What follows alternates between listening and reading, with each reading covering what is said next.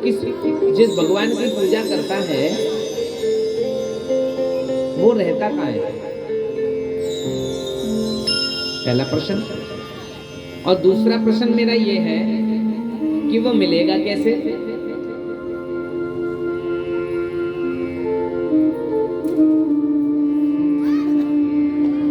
और सबसे पहला प्रश्न मेरा ये है कि वो करता क्या है? सबसे पहली बात ये है कि जिस भगवान की तो पूजा करता है, पहला प्रश्न है कि वो करता क्या है जिसकी तो पूजा करता है। दूसरा प्रश्न है वो रहता कहाँ है, और रहता है तो मिलेगा कैसे?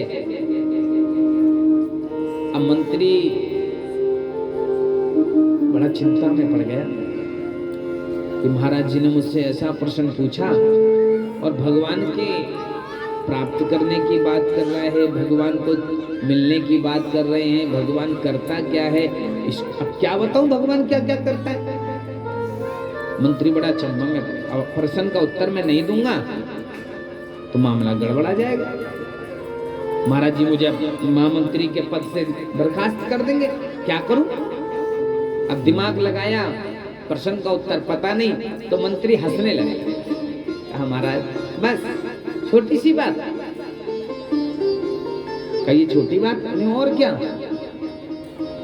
ये आपने बात पूछी है, प्रश्न मुझसे पूछा है, अरे ये प्रश्न तो मेरा बेटा भी दे देगा उत्तर इसका। तो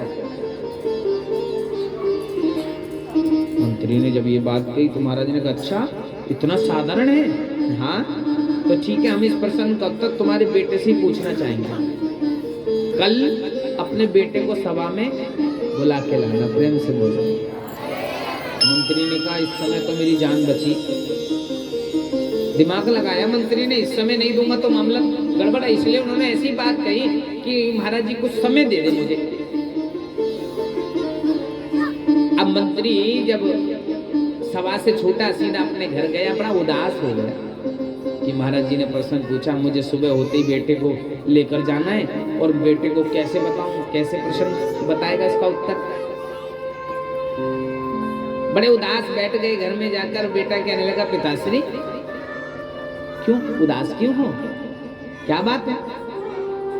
आपके चेहरे पर उदासी ठीक नहीं, आप तो रोज प्रतिदिन आते थे और मुझे बताते थे कि आज महाराज जी ने ऐसा किया, आज महाराज जी ने ये काम कराया, आज महाराज की सभा में ये हुआ। आज तो आप बड़े उदास हैं, क्या कारण है? आज सभा में कुछ कार्य नहीं हुआ क्या?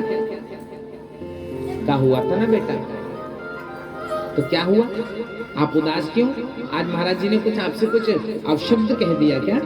कहा नहीं, महाराज जी तो बड़े कुशल हैं, बड़े अच्छे हैं। तो कहा उदास क्यों हो? तो कहा पुत्र महाराज जी ने मुझसे कुछ प्रश्न पूछे थे और उस प्रश्न का उत्तर मैं बता नहीं पाया।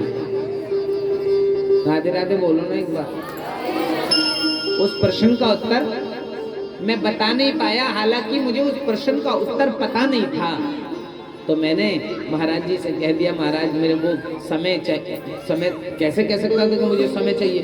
तो मैंने तुम्हारे ऊपर टाल के बात को टाल दिया कि इस प्रश्न का उत्तर तो मेरा पुत्र ही दे सकता है, छोटा बच्चा भी दे देगा। तो महाराज जी ने तुम्हें सुबह प्रातः होते ही सभा में बुलाया है, इसलिए मैं चिंता में हूँ। कहा पिताश्री क्या प्रश्न है?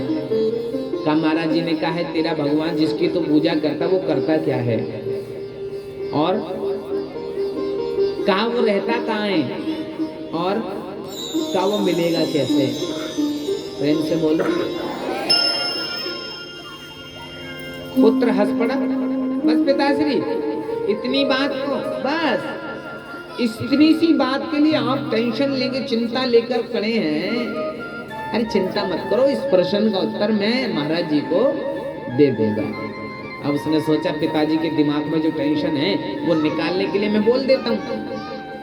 नहीं कहा पक्का देख ले, ऐसा ना हो महाराज जी मुझे सभा से बर्खास्त कर दे। नहीं ऐसा नहीं होगा, ठीक है। सुबह हुआ। अब सुबह होते ही महाराज जी की सभा में वो मंत्री लेकर बालक को पहुंच गए। अच्छा महाराज जी की जो सभा होती है ना, महाराज जी की सभा में महाराज जी का जो सिंहासन होता है, आसन होता है, वो बहुत ऊंचे लगा होता है, सीढ़ियों से चढ़ के जाना पड़ता है। महाराज तो ऊंचे पे बैठते हैं। जब आसन ऊंचे पे लगा तो वो बेटा जो था मंत्री का, वो नीचे खड़ा हो गया। महाराज जी ने कहा, पुत्र आ गए? जी हजूर। जी महाराज जी आ गए। महाराज जी, हमने सुना है आपने हमारे पिताश्री से कुछ प्रश्न के इच्छा करी थी और हमारे पिताश्री ने कहा था वो प्रश्न हमारे पुत्र दे देंगे, तो मैं आपके प्रश्नों का उत्तर देने के लिए यहाँ उपस्थित हुआ हूँ। प्रेम से बोलो। महाराज जी ने कहा, हाँ दो मेरे प्रश्न का उत्तर। पुत्र ने कहा, पहला प्रश्न पूछिए महाराज आप। अच्छा, प्रश्न तो वही पूछता है ना जिसको पता ना हो, जो अज्ञानी हो। महाराज जी अज्ञानी थे,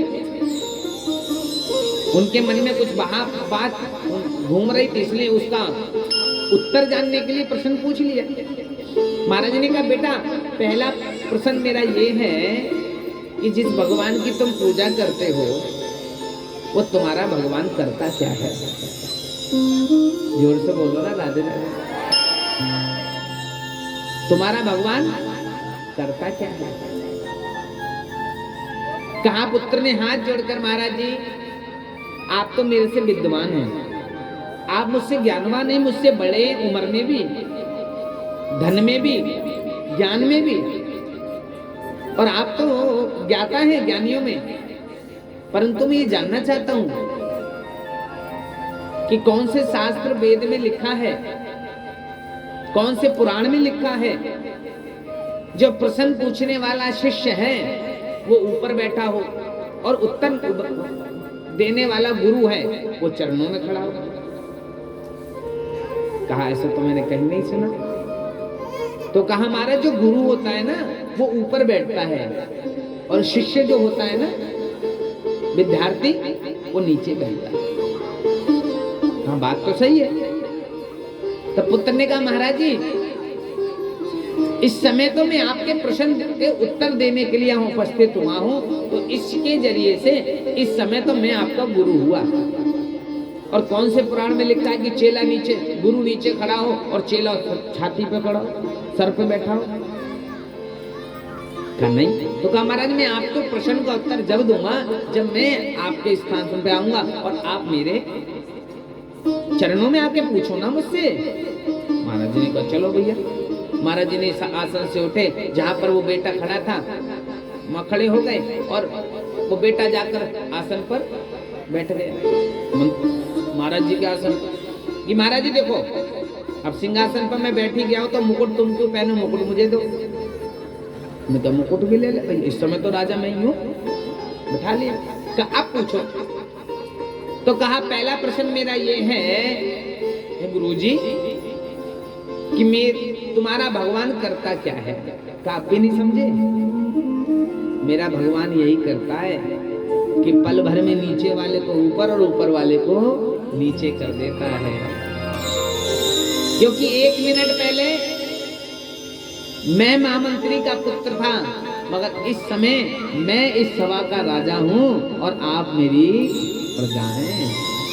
मेरा गोविंद यही करता है, मिनट नहीं लगाता, करोड़पति को खाकपति बना देता और खाकपति को करोड़पति बना देता है। ये मेरे भगवान की कार्य है, ये मेरा भगवान करता है, ये उसका काम है। अच्छा, बड़ा उत्तर देके राजा बड़ा प्रसन्न हुआ, धन्य हो गया मैं। अब जैसे ज्ञानी के दर्शन करके दूसरा प्रश्न, जब दूसरा प्रश्न होने चालू हुआ तो पुत्र ने कहा, एक बार बताओ महाराज जी, मैं इतनी देर से आया हूँ आपके पास, हैं? कभी कभी आपके महल में आता हूँ, आपकी सभा में आता हूँ, आपने मुझसे आते ही प्रश्नों की लड़ी लगा दी। ना तो आपने भोजन की पूछी, ना पानी की पूछी, ना कछु। महाराज जी की गलती हो गई। भाई कोई अतिथि आए तो उसको पानी वानी तो पूछा जाता है, हमें कछु ना पूछो। अब महाराज जी ने कहा, सैनिकों से जाओ, इनके लिए जो इच्छा हो। ना ना महाराज जी, मैं आपके हाथों से ही पीना चाहूंगा। तो कहा क्या खाओगे, क्या पियोगे? कहा ज्यादा कुछ नहीं, मुझे 1 लोटा दूध का ला दो। क्या ला दो? दूध का। महाराज जी गए महल के अंदर, दौड़े दौड़े लाए 1 लोटा दूध, और महाराज जी उस दूध को लेकर उस बालक को दे देते हैं। राधे राधे बोलो, जोर से बोलना पड़ेगा। जब वो दूध को लेकर उस बालक को दे देते हैं, वो बालक को जैसे दूध का लोटा लेता है और वो उंगली जो है ना दूध में घुमाने लगता है। राधे राधे बोलना पड़ेगा। जब दूध में घुमाने लगता है तो महाराज जी कहते हैं, पुत्र तुम घोलो मत दूध, मैं चीनी डालकर लाया और घोल के लाया हूँ, आप ऐसे पी जाओ। कहा मैं इसमें चीनी नहीं घोल रहा हूँ महाराज, मैंने सुना है दूध के अंदर माखन होता है, मैं तो इसमें उंगली घुमा घुमा कर ये देख रहा हूँ माखन कहाँ है। भाई सब कहते हैं ना, आप भी कहते हो दूध में माखन है, तो मैं तो इसीलिए लोटे में हाथ डालकर ढूंढ रहा हूँ माखन कहाँ है, मुझे दिखाई नहीं दे रहा कहीं माखन। महाराज जी ने कहा अरे पुत्र अभी तू छोटा है ना, तुझे पता नहीं, माखन ऐसे नहीं मिलता, माखन ऐसे नहीं निकलता। माखन के लिए तो दूध और बड़ी मशक्कत करनी पड़ती है, बड़ी मेहनत है। दूध को हटाना पड़ता है, बहुत उबालना पड़ता है, उसमें से मलाई उतारनी पड़ती है, मलाई जमानी पड़ती है, उसके बाद मंथन करना पड़ता है। बहुत देर बाद, कई मेहनत मशक्कत के बाद कहीं जाकर माखन ऊपर आता।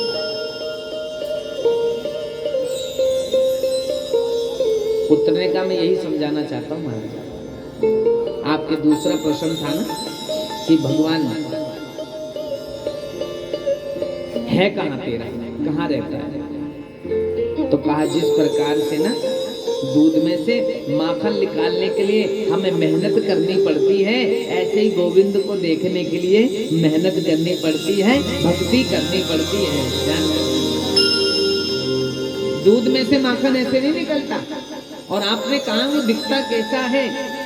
तो मेरा प्रभु जिस प्रकार से आप दूध में चीनी डाली थी ना, आपने चीनी दिखाई दे रही थी ना, और जब घोलने के बाद आपको पता है दूध में चीनी है, मगर एक चीनी का दाना दिखाओ दूध में कहाँ है?